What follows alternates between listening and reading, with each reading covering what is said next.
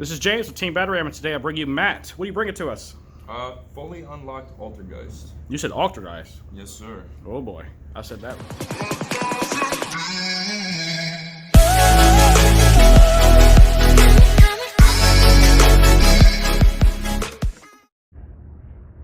Alright guys, I got fully unlocked Altergeist for you guys. As you can tell in the ban list that Multi-Faker did come to 3, and I love this deck even before when he was at 1. I'm here to show you guys exactly how I played it. And of course, the Altergeist engine with Multi-Faker at 3. Gotta play 3 Multi-Faker. Play 3 Meluseek, 3 Marionetta, 2 Silk, 1 Conqueror. It's a standard Altergeist engine besides the 3rd Multi-Faker, or 2nd and 3rd Multi-Faker. But Marionetta and Meluseek were the main starters.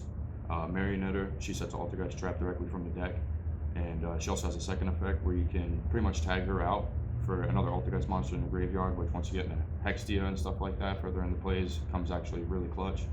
You can bring Meluseek back for another addition to your hand. And then you got Meluseek, who's just insane. She can attack directly, and she sends a card on your opponent's side of the field to the graveyard. And if she's sent to the graveyard, which you usually end up linking out, you can add an Altergeist monster from your deck to your hand. And then, of course, Multi-Faker. He goes off when you activate a trap card, and he special summons from your hand. And along with that, once he special summons any of these Altergeist monsters directly from the deck, which is insane, which leads me to Silk. Don't always go for Silk, you also go for Meluseek, especially like if you go in turn 1 and you open Imperm Multi-Faker, so that way you don't have to worry about you're wasting your normal summon with Meluseek and you can use it with Marionetta. Silk has a quick effect where you can target 1 Altergeist card you control and 1 card your opponent controls and return them to the hand, which is awesome. It's a good interruption. Try to save it for like a chain block, someone goes to target something and be like, bounce it. And then of course the 1 Conqueror. I've seen people run 2. I don't like opening it at all. I like searching for it because you can just special it off anytime your opponent attacks, and it's easily searchable, and she negates the attack and also negates 1 card on the field as long as she's on the field, which stops a lot of floodgates and field spells and such that could really cripple your game plan. And the last monsters of the deck is 3 Ash Blossom. It's like my favorite hand trap. I think it's the best hand trap of the format right now, besides Ghost Reaper, Spooky Dogwood, or Ghost Girl, Spooky Dogwood for the FTKs. But Ash is obviously more effective right now. Not a lot of spells, obviously, because it's Altergeist. You need to run a lot of traps. Unfortunately, I'm still waiting on my 3rd Pot of Extravagance, so consider this an extravagance. And I'm going to keep the 1 duality in there because it does come in handy. Gets me into more traps I need. 3 Call by the Grave. Call by the Grave is good, even if it's not a hand trap format, because you can target a card that's on the field that's also in the graveyard, and you can shut off their effects for the turn. So it's really nice. Yeah, that's the only spells I run. Oh, I lied. I forgot about 1 for 1. 1 for 1 is good for Meluseek. It interrupts with Pot of Duality, but being that it's going to be at 1, it doesn't really conflict too much. I got trap lineups. Of course, we're playing the 3 Solemn Strike. Solemn Strike's just good. I don't play Judgment no more. It costs too much life points, and your monsters are weak until you get into like mid game.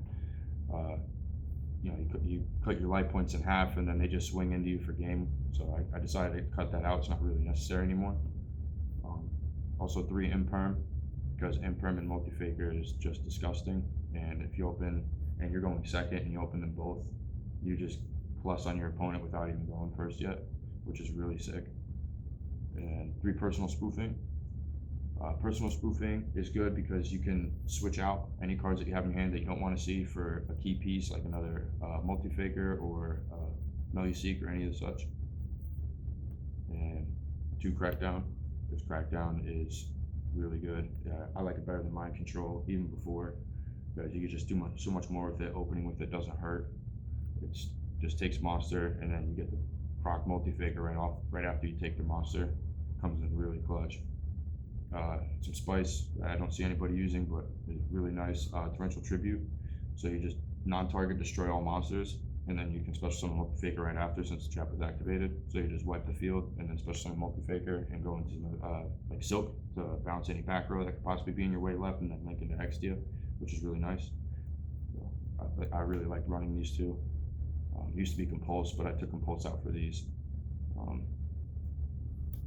2 Altergeist Manifestation. I bumped it up to 2 because it actually helps out with a lot of comboing and getting into your link monsters a lot quicker. Because Hextia is just really good. She's a good spell and trap negate. She sends all your Altergeist cards to the grave, which set off effects as well. And then, of course, personal spoofing at 2 because it just enables, it's a comfort zone. It lets you know that everything's going to go through. They can't negate any activation of any Altergeist cards.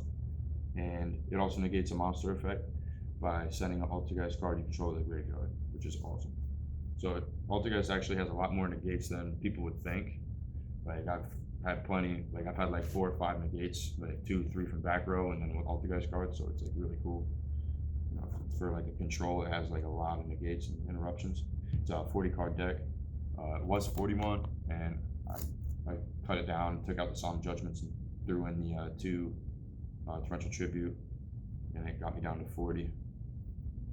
Extra deck's a little wild because I play Extravagance, but newest edition and probably the best card in the deck, Access Gold Darker. You just use Selene to get into it really quickly, and it boosts his attack up 3,000, and you can destroy cards up to the different attributes of the link monster in your graveyard by banishing them. So it's like a really big beater for your Altergeist that are all weak, and it just blows up the board really easy, and you can't respond to it, which is cool.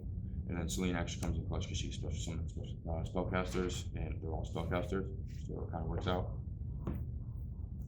1 Prime Banshee. I took out the second one. He's all right. I kind of go into him if I need to, and I'll link him off, send him to the grave so I can add an Altergeist card from the graveyard. He's like a good grind game card, but it doesn't hurt if I end up banishing, so I put him down to 1 to fit other important cards that if they get banished with cripple, like 3 Hextia. Best link monster you got besides Access Code Talker, but the best Altergeist link. She's a spell trap negate, and she gains attack to any Altergeist monster she points to, and when you negate a spell or trap, she destroys the monster that she points to. So if you have Silk, or even Silk can add Altergeist trap from the graveyard back to your hand when it's sent to the grave, and where is it? Meluseek adds any Altergeist monster from deck to hand. So when you use her effect to negate a spell or trap, you just add the spell Altergeist card directly from your deck and negate, so it's cool. So you get a negate and a +1. I only run 1 Nightmare card just for back row removal because that's like my weakness. So I figured this would be better of the Nightmares to add. Uriah the Water Charmer Gen. I like her because Meluseek's a water, so I can get Meluseek accessible with her, and with all the combo decks running around like Needle Fiber, I can take Needle Fiber out of my opponent's graveyard and put it to my side of the field, and then link these 2 for access code, which is really sick. A lot of people don't see that coming. She's a really good one of. She's not necessary, but she's in there for some spice. And a ton of link ones because Extravagance, and I want to always have a link for my Meluseek for starting plays. So 3 Link Rebo, 1 Almirage, Relinquished Anima, and a Link Cross.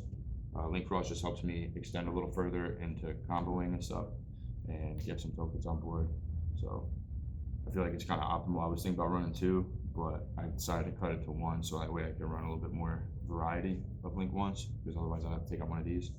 But it's a full extra deck of 15, and I don't think I would change anything else besides maybe a 3rd access code, because it does get banished.